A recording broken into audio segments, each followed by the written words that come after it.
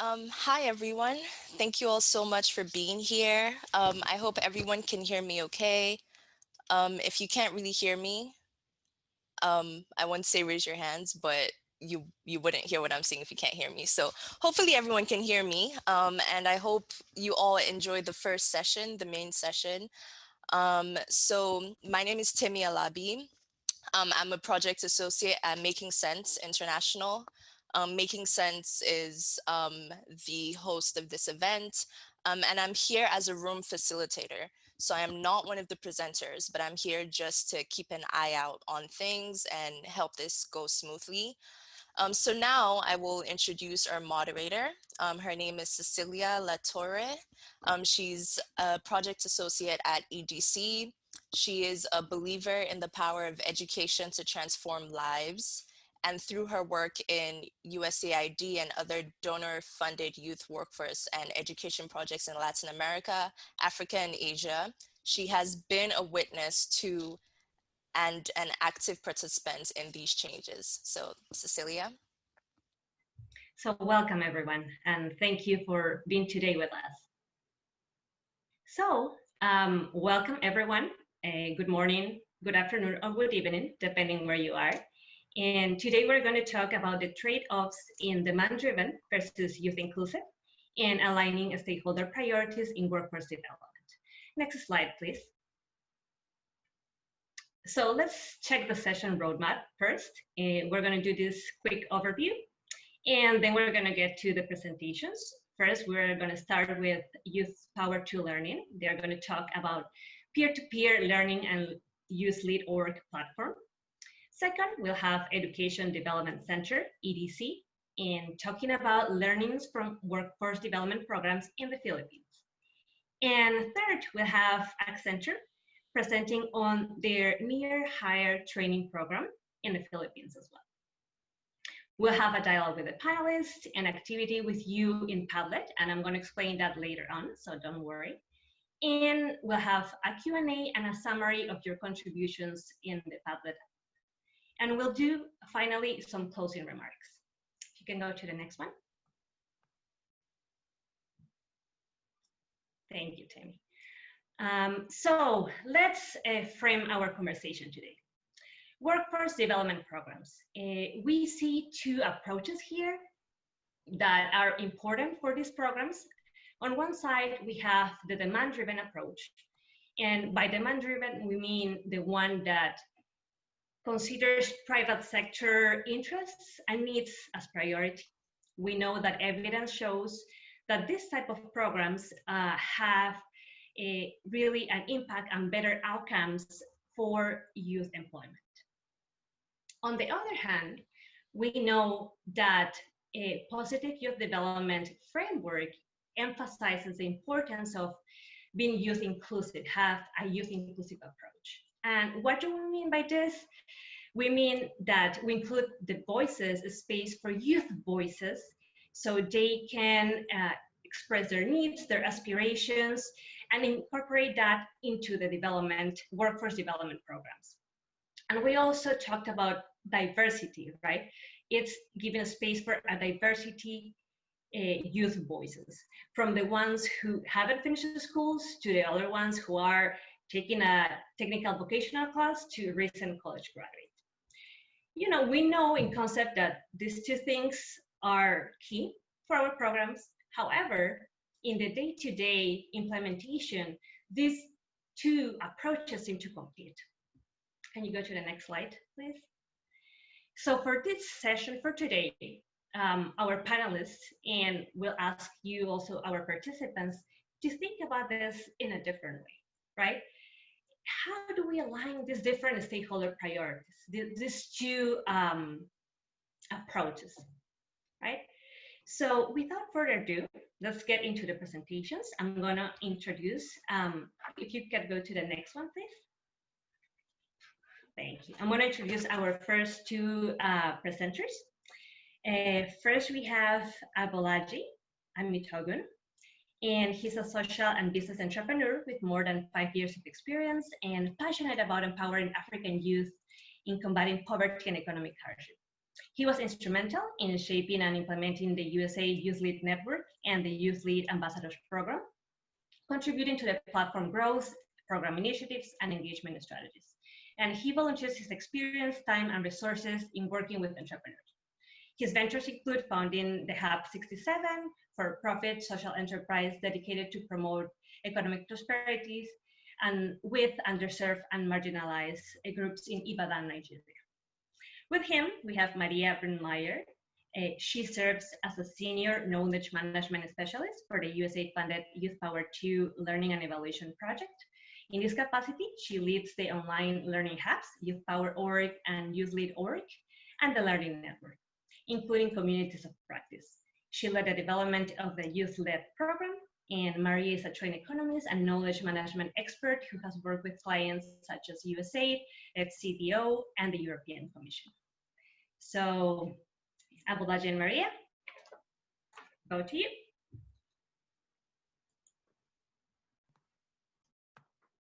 Thank you, Maria. You're on mute if you're speaking.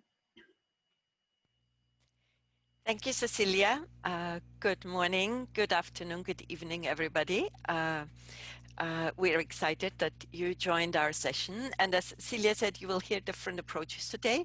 My colleague Abulaji and I will talk about the youth inclusive ways of preparing youth for the workforce. If you can jump to the next slide, please. So we believe that the best results of workforce programs are achieved when they are not just demand-driven, but really include youth and take into account a positive youth development approach. And just kind of a brief introduction how we define positive youth development, and sometimes also call it PYD. It's defined as programs who provide youth not just with assets, but also with the ability to leverage those assets. So giving them agency and the ability to contribute to positive change about themselves or their communities, and that they are surrounded by an enabling environment that supports them. And so research has shown that such an approach is successful in workforce development. It encourages also youth engagement throughout the whole program cycle, not just at the beginning, which is what often happens, that you do a little survey in the beginning of the program, and then you get back to them at the end when you're delivering the training for them, but also include them during the design and program phases. And very often youth advisory groups are the most common form of engaging youth in that way. Next slide. So when looking at the traditional workforce development programs, one can see that most of them focus just on developing assets, in particular hard skills, and to a lesser extent, although that has changed over time, the soft skills. Very few create an enabling environment. So for example, by actually influencing the rules around internships or apprenticeships, and most do not include anything about giving youth agency or really an opportunity to contribute. Next one. So I'm going to talk just briefly about one example, a youth program in Central America that shows how important it is to take a more youth inclusive and PYD focused approach. This workforce development program started initially by focusing just on hard skills training, a bit of soft skills, but after they involved youth more directly and understood their needs better, the program became truly effective when they added trauma-informed training to help the youth deal with the gang-related danger and issues that they are facing every day. So just developing a soft skills type of standard program was really not effective. And then by working with the government, they also improved the enabling environment for apprenticeship, which was based again on the youth as they are providing input, saying, these things are not working. This is something that needs to be changed. So this ultimately led to higher retention rates of the youth in the program and also higher satisfaction among the employers who participated in the program. And then last but not least, when we're talking about youth inclusion, we are thinking about thinking youth and their environment. It's almost like when you go to the doctor, they don't just treat your symptoms, they think about you as a whole person. In this case, we're not just talking about the skills and the person herself or himself, but also the environment in which they are, like their parents, their communities. So in this program also, as an example, it was aiming to include more girls in the workforce training program. And some girls were interested in becoming, for example, auto mechanics or working in other male-dominated jobs, but faced objections from their families and their community who were concerned about the girls working in male-dominated professions. So by listening to the girls' needs and understanding the individual's environments, which led then to the parents being more closely involved. And they were then able to offer the girls new job opportunities that they might otherwise not have been able to train for. Next one. So this is just one example, but there are many that have adopted a more positive youth development approach in workforce program and have shown that by listening to youth needs in addition to listening to the needs of employers and by including youth throughout the process, not only do the youth benefit themselves from better skills development, especially leadership and other soft skills, but the whole program benefits and ultimately they can become leaders and role models.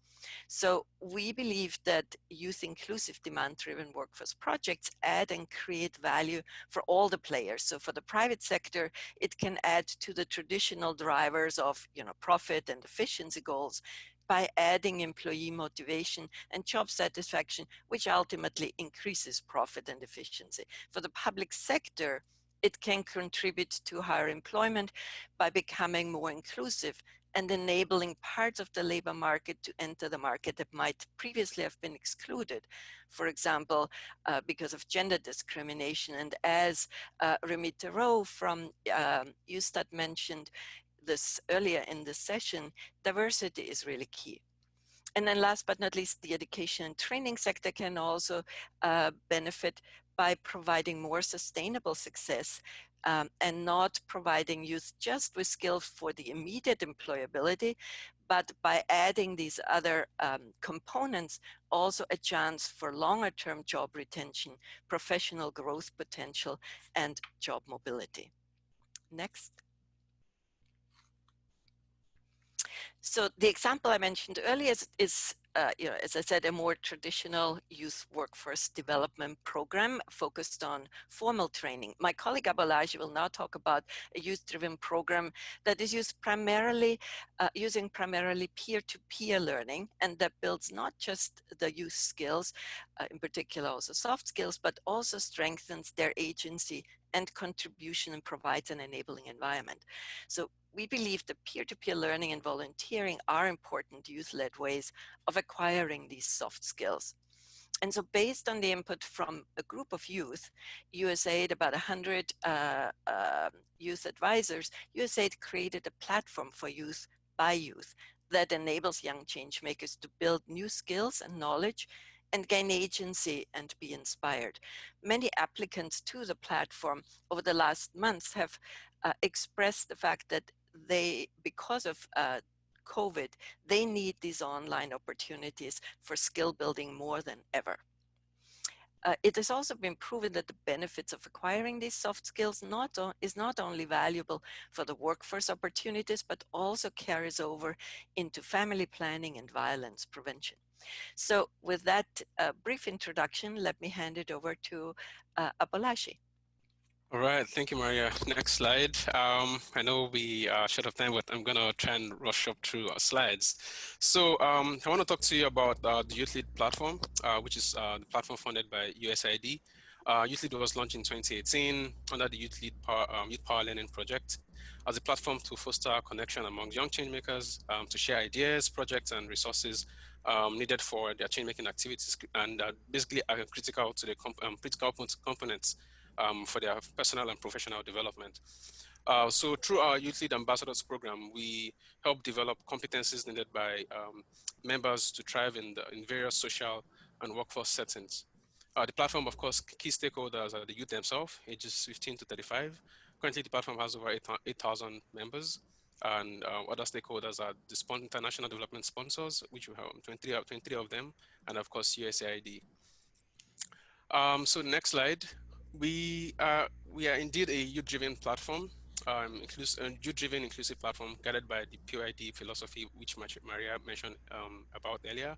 At the core of our programs are youth leaders who can serve as role models and who themselves grow professionally by participating in the programs. The Youth Lead Ambassadors and Youth Advisory Council, which is now the Youth Advisory Group, benefit from mentoring and professional support by the Youth Lead team. And then also the Youth Lead members also determine and shape the program priorities and initiatives that we kind of build in the platform. So we do this through a program, youth-driven problem solving and solutions identification approach. Basically, we're asking them, what are their priorities, asking them what soft skills or workforce skills they require, and then providing them with tailored programming solutions that might be tried. That also helps them build these competencies. Oops. So next slide is so through our youth lead platform program, we are ensuring that youth can develop assets and and also a sense of agency. That is the key components of soft skills needed to thrive in the social and the workforce context. An example you're seeing on the right side of the screen is which one of our youth lead ambassadors. So the individual, the candidate who was on the screen, went through our Youth Lead Peer Advisor program. Um, and one of the feedback we had from Kende was that he was able to develop leadership, mentorship, and management skills, which was fundamental in helping him secure a role as a programs coordinator at the Millennium Campus Network. So Kende basically stood out from other candidates, because he was able to take some of the skills he had developed from our programs and then taking that skill into his job role. Next is the factor of contribution. So members on the platform are able to, take active role by contributing resources and economic opportunities relevant to their peers. Not only are they sharing on the platform, but they're also making, differences in their own local communities. So, for example, you have Jupil Fasil from Haiti on the screen, who is creating job opportunities for young people in his own country through his enterprise, bamboo-based enterprise. Is leveraging sustainable plants, which is the bamboo, in creating job opportunities and for other young people in his community. And his ambassador's role, was able to enable him to create more, has been able to give him more global visibility for his enterprise. He recently just got a consultant role with Plan International on the youth employment program, which he's currently working on. So the thing is also that we've also seen ambassadors contribute to the growth and development of other young leaders, and by leading initiatives that enhances entrepreneurship or job skills. In the case of one of our ambassadors in Chad, and in the case of one of our ambassadors in Philippines, who both lead local social innovation hubs where they train young people on entrepreneurial and workforce skills. They've been able to leverage some of the resources that the platform offers to basically enhance their professional activities. Next slide. So in talking about enabling environment, one thing we know is that members on the platform really enjoy the prestige and association of being youth lead members. It creates this enabling environment that inspires new ideas. They can do spirits. They gain a sense of belonging, shared purpose and aspiration to become empowered leaders, especially by looking up to fellow youths who are like role models and who have also been largely successful. Our programs are fostering that in that enabling environment, and then also creating more like a pipeline of skilled social leaders by enhancing their capabilities so that they're able to prepare for future opportunities that come their way. So an example here is Rahama on the screen, who is from our youth lead ambassador from Mali. Rahama, after her experience as a youth lead ambassador, went on to become a project officer at Catholic Relief Services, working to reduce youth vulnerability and preventing violent extremism. So we have many of those like that have also gone to secure consultancy roles and other employment opportunities. Either, for example, some of them have also had opportunities to actually speak on a national or global stage, which have also enhanced, which has also enhanced their job opportunity prospects. The next screen talks about other examples that have shown how providing youths with peer-to-peer learning and resources and enabling environment can actually have an impact on their professional opportunities. The takeaway from all we said is that we should not think about these approaches as either demand-driven or inclusive, but then as more of a demand-driven and inclusive, in order to achieve either both, in order to achieve better workforce development results. We should also ensure that workforce development programs focus sufficiently on soft skills in addition to be able to achieve more sustainable and lasting gains. And we also believe that uh, our recommendation to youth inclusion, our recommendation is that youth inclusion should be should be the norm and in workforce development and not the exception. I think at this point, yeah, so thank you all for listening in, and I'll hand over to Cecilia, who would continue. Cecilia, over to you. Thank you. Thank you very much, Abalaji, and thanks, Maria, for the presentation. And now we will continue. We will have Angelique Roux from EDC, and I'm going to introduce her right now. Angelique Roux is the private sector advisor of USAID Opportunity 2.0, implemented by Education Development Center. She has been in the education and training field for 22 years, and she has taught learners from various ages and nationalities, focused on different content before moving to the field of development work.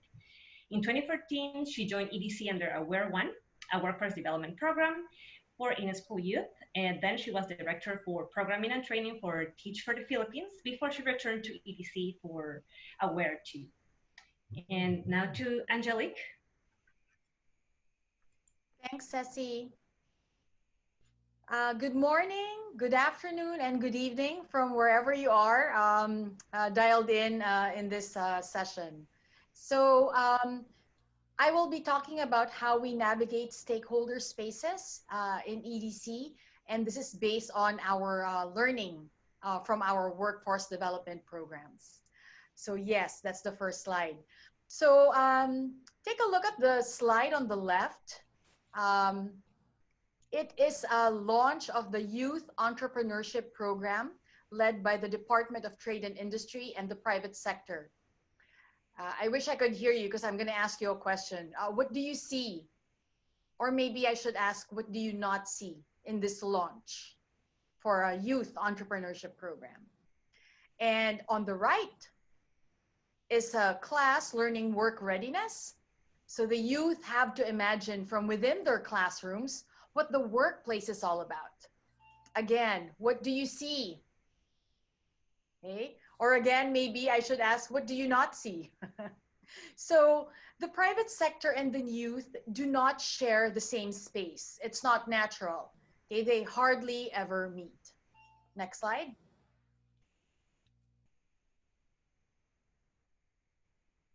And it takes time. Okay, and when they do meet, let's take a look. So both photos show students on their first day of work immersion. On the left, in a restaurant, and on the right, at a salon. Again, what do you see? Take a look at their body language. The youth are a bit unsure of themselves when facing the private sector at a workspace for the first time. And the staff are confident in orienting these newly delivered students to them. Okay, next slide.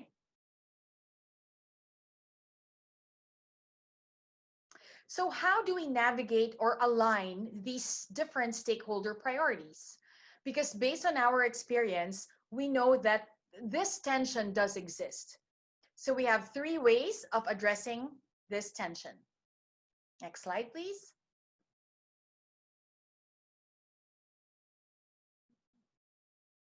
Okay, first is through the people. Next slide.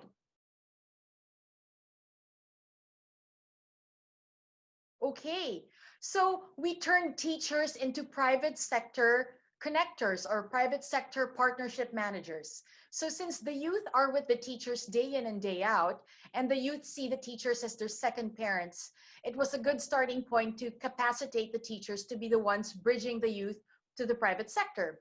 So we did this by first training, of course, the teachers on a work readiness curriculum of EDC, and then by training them on how to engage the private sector with the end goal of getting the youth hosted for work immersion in different places.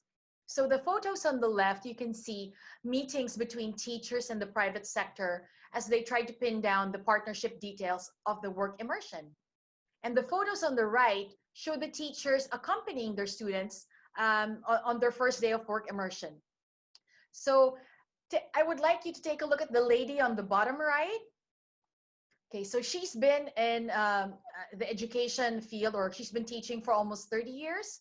And she shared with me that she never thought that she would still be able to gain new skills and competencies. But after the training and after she helped place 2 batches of students for work immersion, she said she's now more confident to deal with industry and can actually negotiate and explain how companies would need.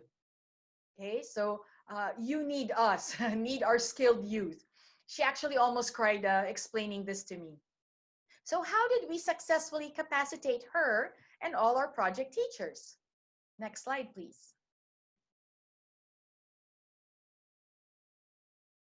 Through tools. Okay, so what are these tools? Next slide. All right, so we designed tools that guide the connectors every step of the way.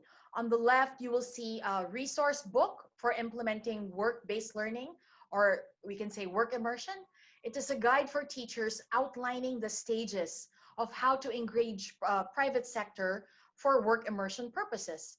So the toolkit contains things like, let's say, the letter that the school will send to the potential private sector partner, to talk points or agenda points in when you are already with the potential host employer, to a monitoring report template which the teachers could use when they are going around checking on the youth, and a student work experience logbook. So what the students carry when they go to work immersion. So all of these tools help the teachers to easily go through each stage of engaging the private sector. Actually, when we did training, we even trained them on how to have a firm handshake and how to look partners in the eye. On the right is a similar tool that supports connectors in engaging private sector. So, but this time the connectors guide is not just for teachers. It guides even as high as the chief of party of a program, to field officers, to partner coaches, on how to, again, step by step, do the following. So first, to identify the business, and then next, how to talk to employers. So again, talk points are very important. And then how to keep records of who have been engaged, what were discussed, and the actions that have been taken, and to follow up repeatedly. So again, both tools are practical and operational and ready to use. Next slide, please. And the third way to bridge the so-called gap between private sector and the youth is through institutional spaces. So next slide.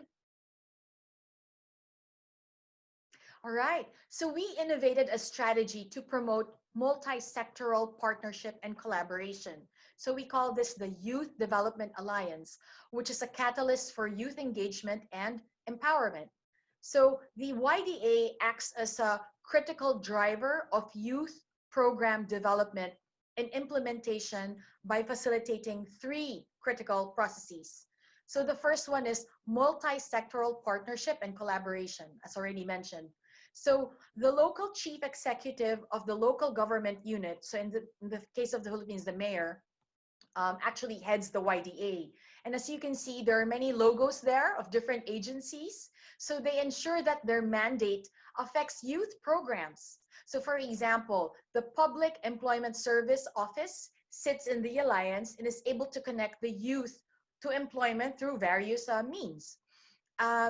Education is part of the Alliance, technical education and training, social welfare, science and technology, trade and industry, all of these line agencies. But of course, the youth is part of the Alliance. Youth groups are there, and of course, some NGOs also. They're all part of the Alliance. The next one is youth empowerment. So through a transparent and democratic election, 6 youth representatives, 3 males and 3 females, are selected from various youth learning groups to serve a 1-year term as members of the Alliance. So such representation in the Alliance allows the youth to have a voice in planning, decision making on matters such as learning needs assessment, labor market analysis, program prioritization and targeting, program design, implementation, even post-program support and resource mobilization from the various agencies.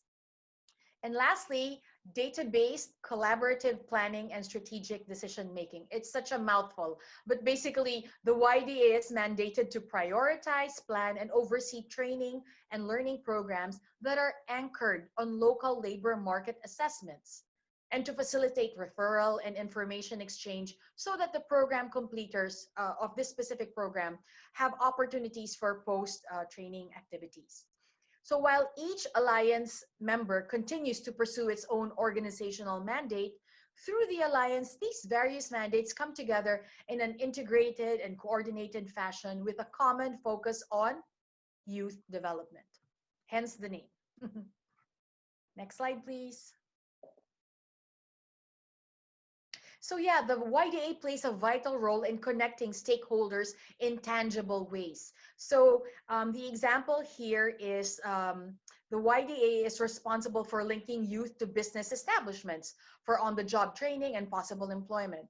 So how did this happen? All of these photos. So one YDA member is the PESO. I already mentioned that, the Public Employment Service Office, and they organized job fairs and conducted livelihood coaching.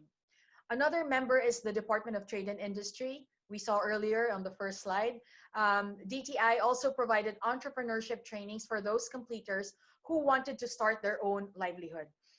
Clearly, the youth did not have to look far for opportunities because these agencies are members of the YDA. So both youth and line agencies were in the same space, planning programs and activities for the benefit of the youth. Next slide, please.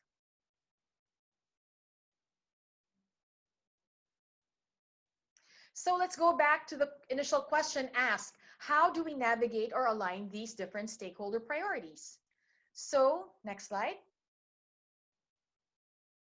We actually are putting some of these into practice in a current project. But anyway, so we capacitate connectors, as we saw earlier, by using practical and operational tools, plug and play, ready to use, and maximize institutional spaces. Okay, so next slide.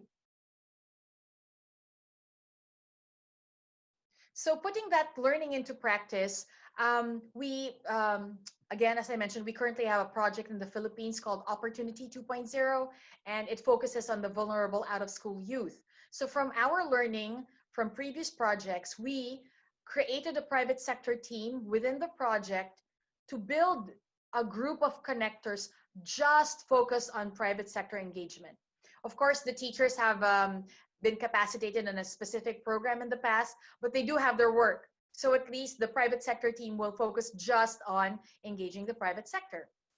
And we are staying true to the tools that are practical and operational. Actually, the work-based learning guide and the connectors guide are just 2 tools. In the pipeline, we also have a work-based learning guide to help employers and work-based learning guide to help the youth. Okay, and we have begun to include the private sector in the Youth Development Alliance. So if you notice in the earlier example, we didn't have the private sector sitting in the alliance. So that was a learning from us, and now they are going to be part of the YDA. so they can be more involved in the discussions and actions on employment and entrepreneurship opportunities for the youth. Even without the private sector, we were able to connect the youth to employment and entrepreneurship opportunities, but all the more with the private sector sitting in there. Okay, so with the private sector sitting in the alliance, we know that we will yield better results and hopefully build systems that would make workplaces and entrepreneurship more accessible to out-of-school youth. So because the YDA, again, is an effective mechanism to coordinate youth-focused workforce initiatives because it brings the key stakeholders to the table. I know we've heard that before, but here really they have actionable goals and they have metrics to measure progress and to promote accountability. And I think that's the last slide.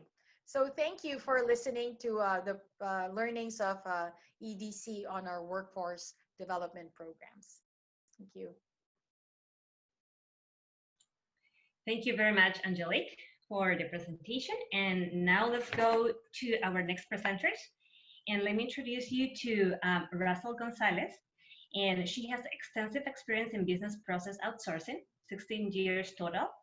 And as a campus ambassador and through her work in the Philippines Department of Tourism, she has built a strong network of both government and private sector stakeholders. She now handles Accenture's Philippines Corporate Citizenship Flagship Program and some digital upskilling platforms and initiatives.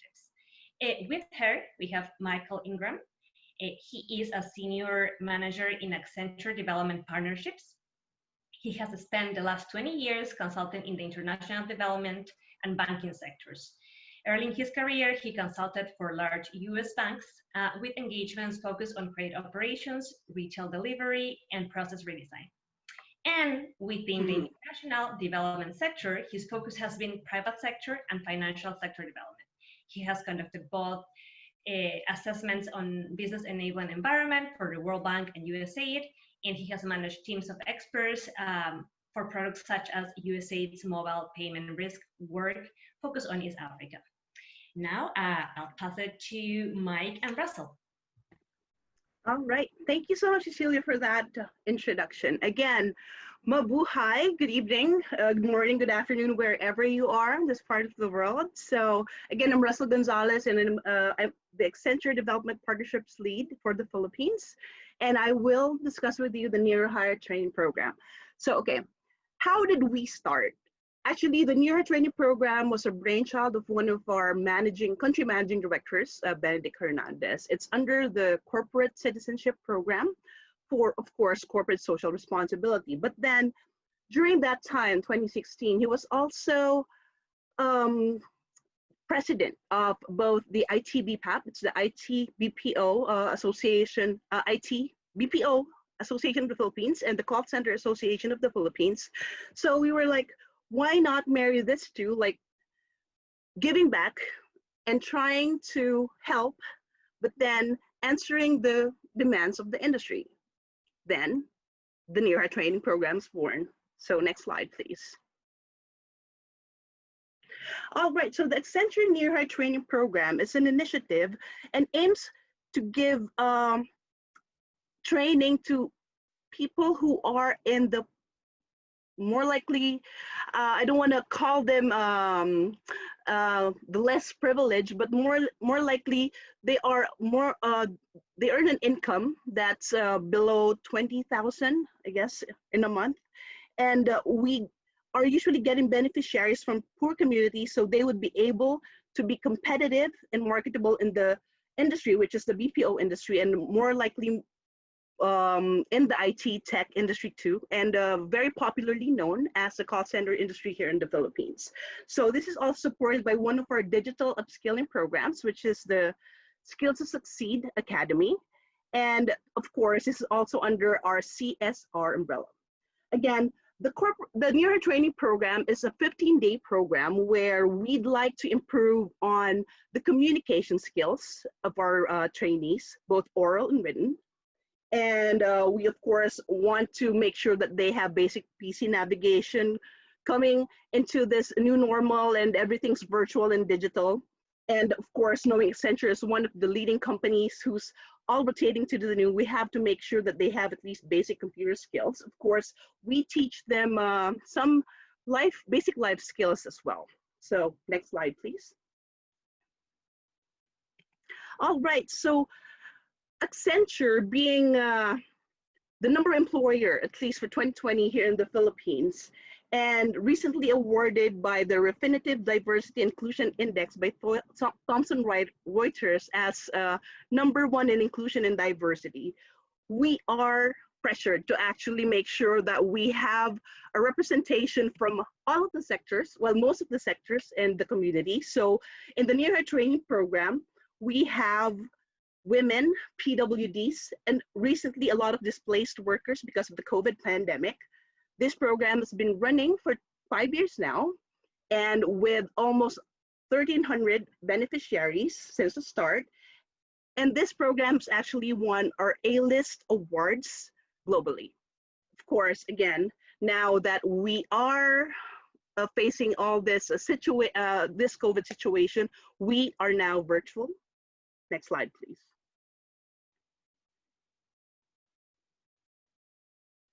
All right, so just to give you a brief background of what the success rates are for the past 5 years, if you would see there is a number of people who have actually completed the program, people who initially enrolled, people who got hired or passed internal assessments, hired by Accenture, either hired by another or hired by a different company. You can see that in 3 successive years, from 2016 to 2018, we have constantly reached more than 80% success rate. Now, let me just explain why there was a dip in the success rate from 2019 to 2020. 2019, we had almost 90 students that we chose as trainees. They were actually senior high school students that we planned to pilot, give the training program to, give the certification, and then hire them right after. But then the Philippine government decided to have like a program of free education for higher education at least. So most of them, almost 98% of them actually opted to just continue higher education. And of course, for 2020, COVID happened. There you go. So maybe we could discuss more of the numbers later during the question and answer portion. So next slide, please. So these are a few testimonials. I could just leave you to like go through each one of these testimonials to see that we have made a great impact to some lives, especially to those who really needed jobs then. Now we are converting people from those below the poverty line and now contributing citizens of society. Before, if they used to be liabilities to their communities, now they are contributing as taxpayers, now being employed in the BPO industry. Next slide, please. All right, so these are just a few pictures that I can share. Of course, during the 15 days, this was the time that we were allowed to still have classroom trainings. Well, we've been having classroom trainings until February this year, until COVID happened, but then we continued having the classes. We did not stop, and we converted to online classes as well. All right, next slide, please. All right, so if you'd like to know more about the Near Hire Training Program, we are on social media, we are on Facebook, and if you put in Near Hire Training Program, you will find us right there and you would see some basic information that you need. You could message us if you'd like to know more about our program. And to give his insights maybe and to give you more idea on how we are able to include the youth, since this program is more likely 70 to 80% youth participated. We have our colleague from Accenture Development Partnerships, Mike Ingram, one of our senior managers, to discuss. On to you, Mike. Thanks so much, Russell, and thanks everybody for your interest in the topic. When you think about this near hire training program in the context of this discussion of demand-driven versus youth inclusive, even though the program initiated in our corporate citizenship program with a very much focus on jobs, I think if you think about it within the context of broader development workforce programs, this is clearly a demand-driven program. The program is being driven by Accenture, as Russell mentioned, the largest employer in the Philippines, largest employer in the BPO industry in the Philippines, more than 40,000 employees currently. And we're hiring for, in reality, a single job. This training program is developed around entry-level voice assist professionals within the BPO industry. And so this is an area that we know probably as well, if not better than anybody else. We know what it takes to do the job. We know the skills. We know the success factors. And so in some ways, it was very easy for us to design this program. And even though the intent is to help people who are less fortunate and not employed currently to get jobs, on that continuum, I think we would certainly consider this to be demand driven. But from an impact perspective, it's tremendous. I mean, as Russell mentioned, more than 80% of those who completed and were certified got jobs subsequently. And a high percentage of those that started the program completed the program and got to the certification. And so what this means for their livelihoods is going from, daily income levels below 500 pesos a day to daily income levels as high as 1,500 pesos a day, doubling or tripling what they are making individually, plus benefits. And so the health benefits thus, provide that safety net for these individuals. And so even though very narrowly focused, which I think, from a demand-driven side, in some level it has to be, it I think has learnings for us about the potential to, the potential that making our development programs more demand-driven can be. And I think this is something that we can talk a little bit about in the question and answer, but I think this is one of the balances is, in some ways, this is a very unique circumstance because the BPO industry is so large in the Philippines. You have such a large employer with such a homogenous entry-level position that this program can be designed in this context. I think there are probably some open questions of could something like this be ported into other contexts that may not resemble the market dynamics of the Philippines. And I think that's something that's reasonable.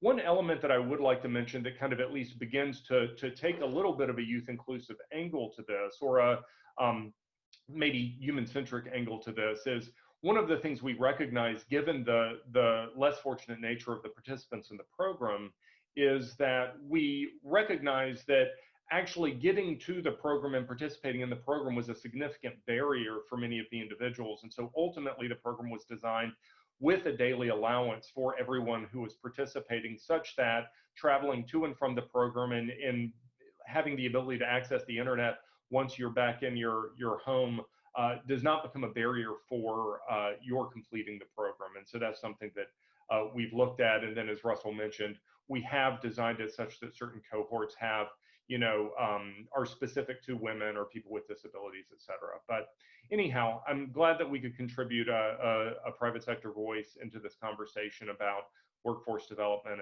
And Cecilia, I'll toss it back to you. Thank you very much, Mike and Russell, for your presentations, and to all of the presenters. So now we're going to go with some dialogue with the panelists, and I will encourage our participants to start typing your questions for the panelists in the chat box. We'll get into those in a moment, but I'm going to start with doing a ping pong of questions for them. So let me start with Mariana Bolaji. So could you tell me, like, what have been effective strategies, like, for youth, to take on greater leadership roles in the economy and the workforce programming? Hi, thank you very much. Can you hear me? Yes, okay. So I think what we've discovered is that I mean, I think this is it's a given, and it's almost obvious that I think youth, for example, need to be seen as partners and contributors in in programming. And I think one other thing is that we believe that youth and workforce programs should focus sufficiently on soft skills, and also help that and not just particularly technical skills alone or the art skills, but then I think also having to having to have programs focusing on those soft skills that would definitely help them improve their economic opportunities, or give them those capabilities for them to be able to have access to economic opportunities. I think also is the fact that another strategy is having the peer-to-peer mentoring, which has been a very big contributing factor to some of the programs that we've seen. Some of the ambassadors, like I said earlier in our presentation, some of the ambassadors who have become even more successful are now taking more like are now looking, back to help to see how they can also help those that are that they are ahead of, in helping them to see how, for example, they might be able to strengthen them in their own different competencies, or or even helping them to look out for opportunities that might be relevant for them to them. So that peer-to-peer mentoring opportunity is very important. We've seen it in one of our also our youth lead ambassadors in Macedonia. She took part in our youth lead ambassadors peer advisor program, and then they're taking those learnings those learnings that she during the program, she was able to take those skills into our workplace. She began a form of mentoring program in our own workplace, teaching, or even teaching more like this, lower our subordinates on some other soft skills that might help them in actually enhancing their capabilities in the workplace also. So I know I don't want to take too much time, but I think these are some of the important strategies we've seen that it's working actually. Thank you, Balaji, and yeah, for like emphasizing the importance of the peer learning, and I guess for all, I think all presenters had highlighted this, learning process and how you include that in the next iterations of your activities or programs, right? So let me take it now to Angelique from EDC. So Angelique, I wanted to ask you, and maybe if you can like go more in depth into talking about what type of support or services with the implementer had, right? That the implementers have provided to youth or private sector so they can facilitate these connections with both sides. If you could speak to that. Right. So, as explained earlier, in the first place, we make sure that the youth are skilled and competent. And as mentioned by Abulaji, we're not only talking about, and Maria earlier, we're not talking only about hard skills, but soft skills, life skills, work readiness skills.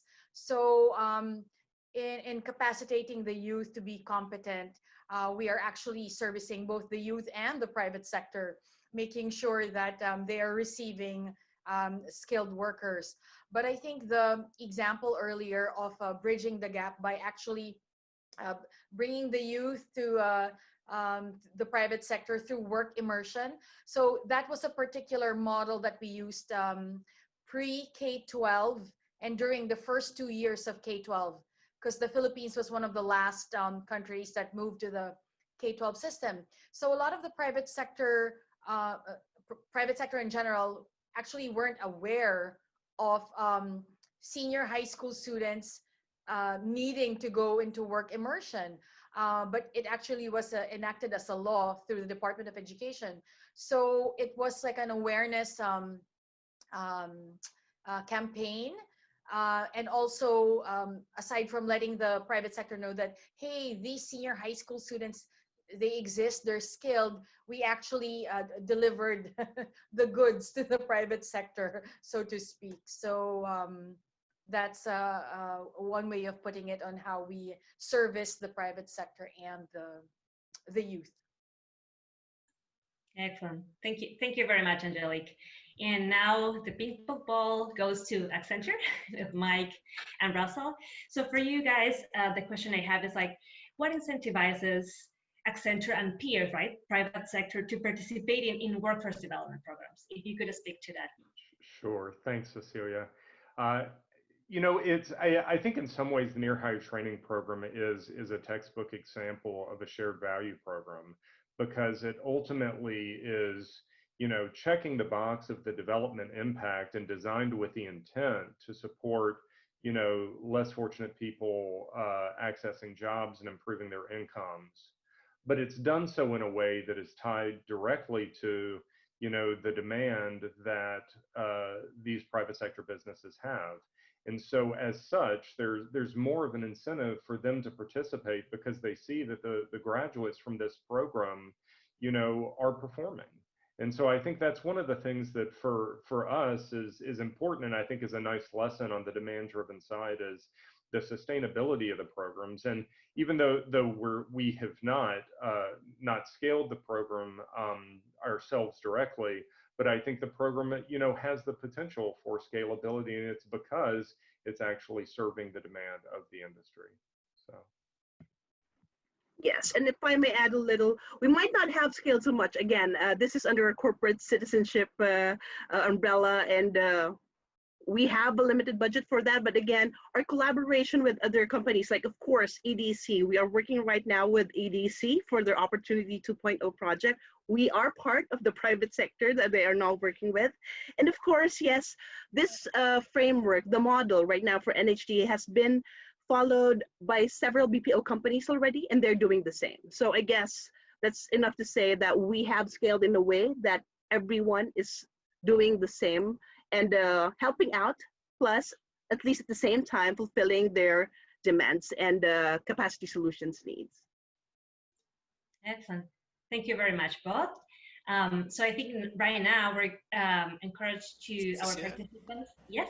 Yeah, if I could just add also, I mean, Yes. I think it would be nice to use this opportunity to also share with the audience that the youth lead ambassadors program is also open for applications also. So if there are any young fellows here in the call, please check out the Youth Lead platform for the Youth Lead Ambassadors program.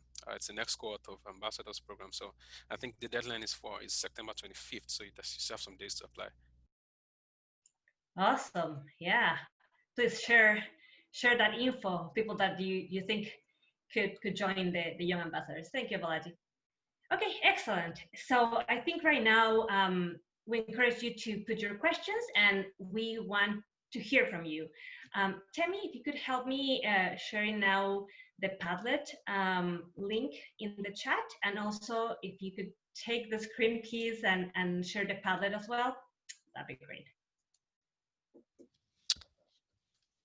And okay, excellent. We have the link there, and if you could share your screen right now, Tammy, that'd be great. So we can see the Padlet, and I can explain a bit how can participants contribute there. Because again, this discussion, we want to make it, collaborative and know about your experiences as well. Can you see the screen? I'm gonna stop sharing because I cannot see that right now. Yes, now I can see it. Perfect. Okay. Excellent. So I'm gonna explain really quick. I would encourage you first to click on the link that you have in the chat. And here we have 5 questions. So the idea is like we have them at the top row. And to add a comment, you see the plus sign there under each of the columns. You will click on the plus, and then a sticky note will appear, and then you can put some examples. You don't have to answer all the questions. Don't worry, we're not testing anyone or anything like that. But we want to hear from you. And this Padlet app, Tim, I think we lost the Padlet for a second. So the Padlet app. It's an app that will, stay there. You can get back to that. So again, we'll encourage you to start filling that out. And again, if you have some issues on how to access it or to add information, let us know in the chat box. And we thought it would be good to have some music to help our neurons and start putting some ideas there. So if Temi, you could put that music, we'll try our best with that. Let's see. And again, I know we have a couple of questions in the chat box. We'll take like 2 minutes. We're still here. And the music is really keep typing, and I see a movement.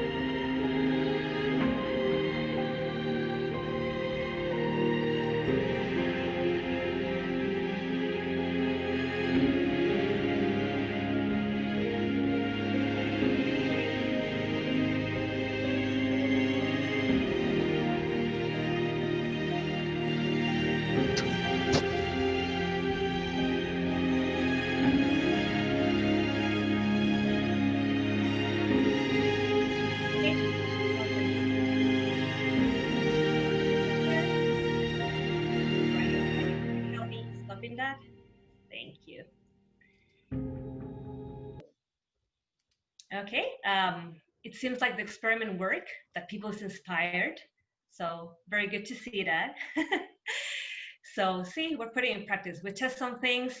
So we may take this for another presentation.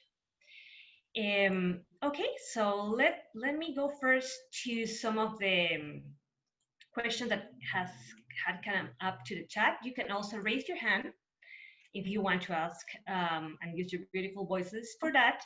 So I'm going to go to those questions and then we'll go to the Padlet. Just a quick thing from Michelle. I think that has been answered in the chat. Michelle from CRS, she asked about the YDAs and if there was one per project, per district, per community. And I think Angelique answered that yes, it's in every city. Michelle, let me know if that helps clarify or if you would like any more detail on that.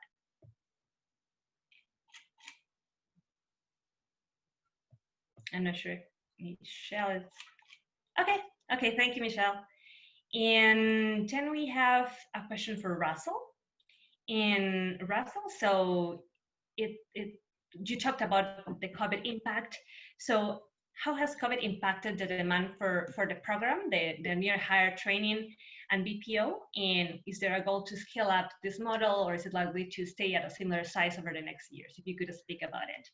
All right. Okay. So basically, I could say that the demand has not changed. The demand is still there. And here in the Philippines, BPO employees are actually considered essential workers, like frontliners, because we have that fast pass to actually get through checkpoints, because the BPO has been one of the industries that has not stopped operation since the start of the pandemic.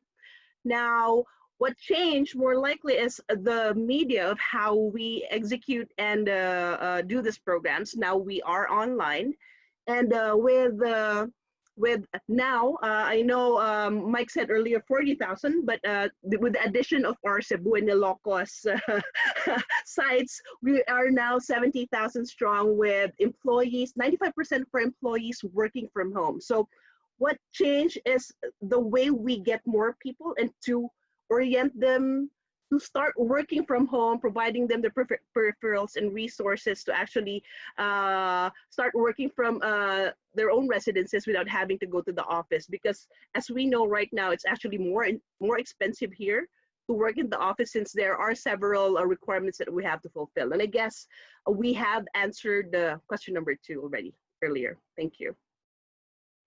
Maria, would the does that answer convince your question, or would you like us to elaborate more? No, this is great. Thank you. Thank you so much, Maria. Awesome. Thank you very much, Russell. And I don't see hands raised. I see a lot of activity in Padlet. It's great. Thank you very much. And I don't see any more questions in the chat. So let's take a look at the Padlet, I think. And if there are other questions that come up, well, we'll go back to them. Okay, looking at the Padlet, I see different trends. And let's go with question number 3, where I see more, maybe more slides here, or sorry, more sticky notes. And this talks about examples on how the private sector has contributed to improve youth employment outcomes. And here we have the highlighting participation in Sector Skills Council. Ah, interesting. I know who wrote that, but it's, yeah, to have all the different pieces of the programs, right? You're talking about curriculum, pedagogy, broader support to demand-driven things.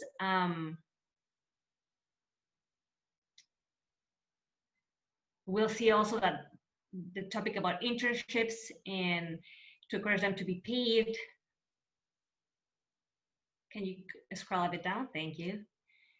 Also, some support with like training in IT and digital literacy. Yes, that's something that maybe like the private sector has the experience, the capacity in terms of the technology and the team. So yeah, great point on that one.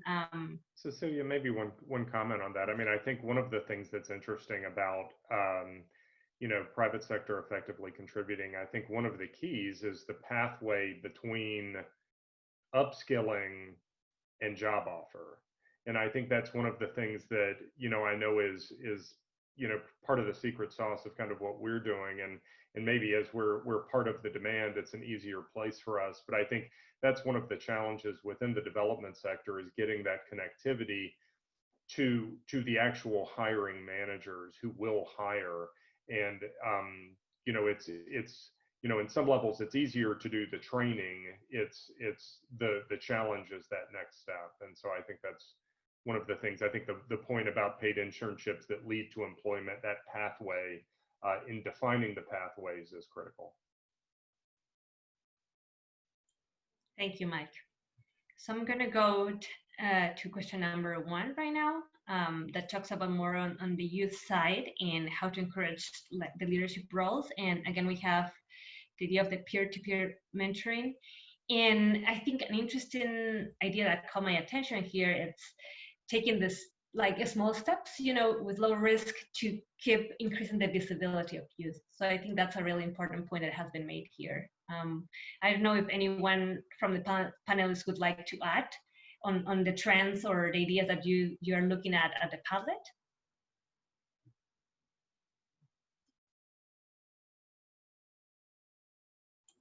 I take that as no. And let me go to the other side when we have questions about the implementer's role. And here, and I think an important one that I'm observing is the mapping of the incentives and capabilities, right, of the market, to understand all the different stakeholders. As I understand, the implementers, we are usually like in the middle, right? Sometimes between like private sector and the youth. So, how to better understand that piece. And I see that reflected in the sticky note below. So please, again, feel free to add any other ideas that you like. Cecilia, one other thing that I think might be interesting, and I'm curious if anybody in the audience has examples from their programs where this takes place, but under number 2 on concrete incentives, I think the point about having a solid business case and tying it to business metrics is critical. But I think, one of the things that I think we see too often in workforce development programs is the metrics tend to be about kind of people trained and maybe even jobs offered, and that's even a piece with our own program that I know that Russell and I've been talking a little bit about, impact evaluation, but is a program that is development sponsored. Are there any examples where implementers are actually looking at metrics of the business and how either on retention or link the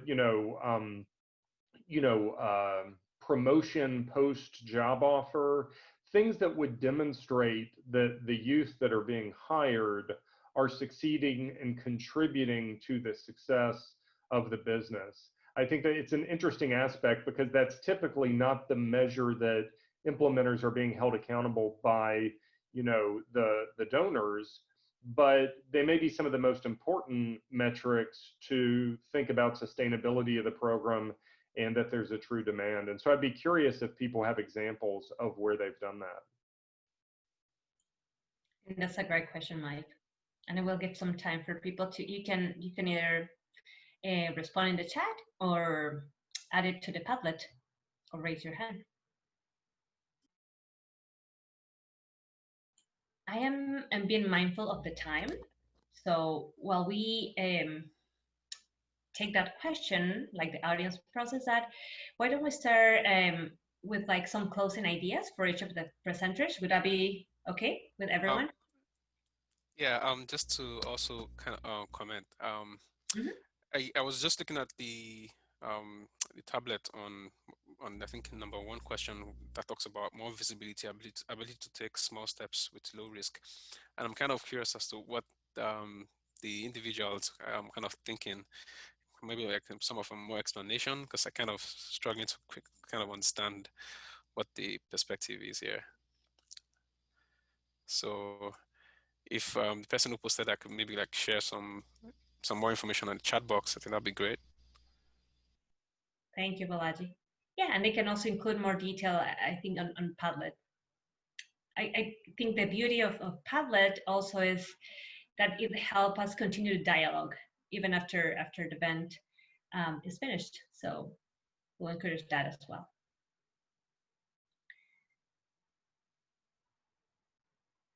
Okay, we'll get time for that, and I think let's start with the closing remarks because I know we're on the clock right now. So why don't we start maybe with Mike and Russell? I'll give a brief thought, and then Russell, please feel free to chime in. I mean, I think one thing that I'm struck by with thinking about our program in the context of the broader program is something that I alluded that we've been discussing is incentives around, stronger data collection for us, as well as, a sense of impact evaluation, because I think, as part of our corporate social responsibility, our focus is on getting, connecting people to jobs, connecting people to skills that have jobs.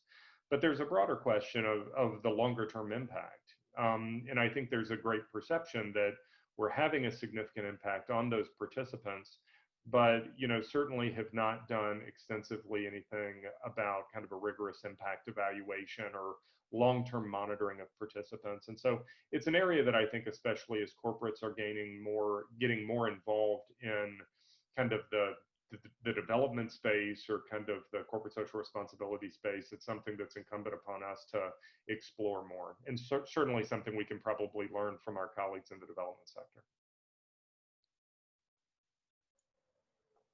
Thank you, Mike. Yes, I concur.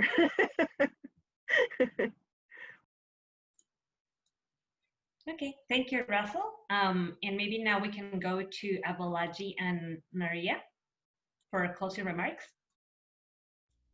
Yeah, I think I kind of very agree with Mike's perspective that more data needs to be collected in terms of like how a youth capabilities helping to basically sometimes build the bottom line of private sector organizations. How is that really translating to numbers? So I definitely do agree with that. And I think one thing I also would like to point out is the fact that I think which I kind of alluded to earlier is, I mean, the workforce development programs, either demand driven or supply side driven, shouldn't be seen as an exclusion to each other, but then should be seen as as an and basically. Also, I think from my experience also is that for youth programming, I think soft skills are very, very important, as important as the technical skills that youth need to thrive in workplace. So I think paying quite a lot of emphasis on those workforce skills basically would definitely give the youths it's more like an advantage over their peers also. So definitely investing in those soft skills in programming. Thank you, Balaji.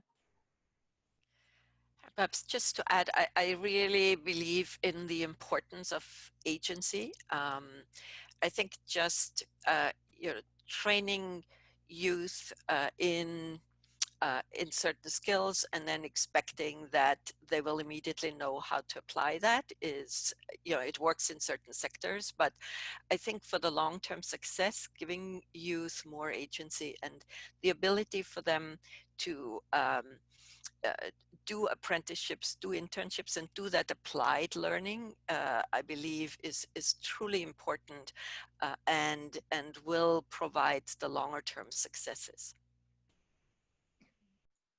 Thank you, Maria. And finally, Angelique, for the closing remarks. Yeah, I'm very excited to see what the results of a YDA with the private sector in there, what will happen in the next 5 years of our implementation. But I want to speak to what Mike was saying earlier, that normally implementers don't really track long term. We track they got hired, yes, but we don't look back and check after 6 months or even a year on the career development, which is not only for the private sector, if you think about it, but it's also for the youth.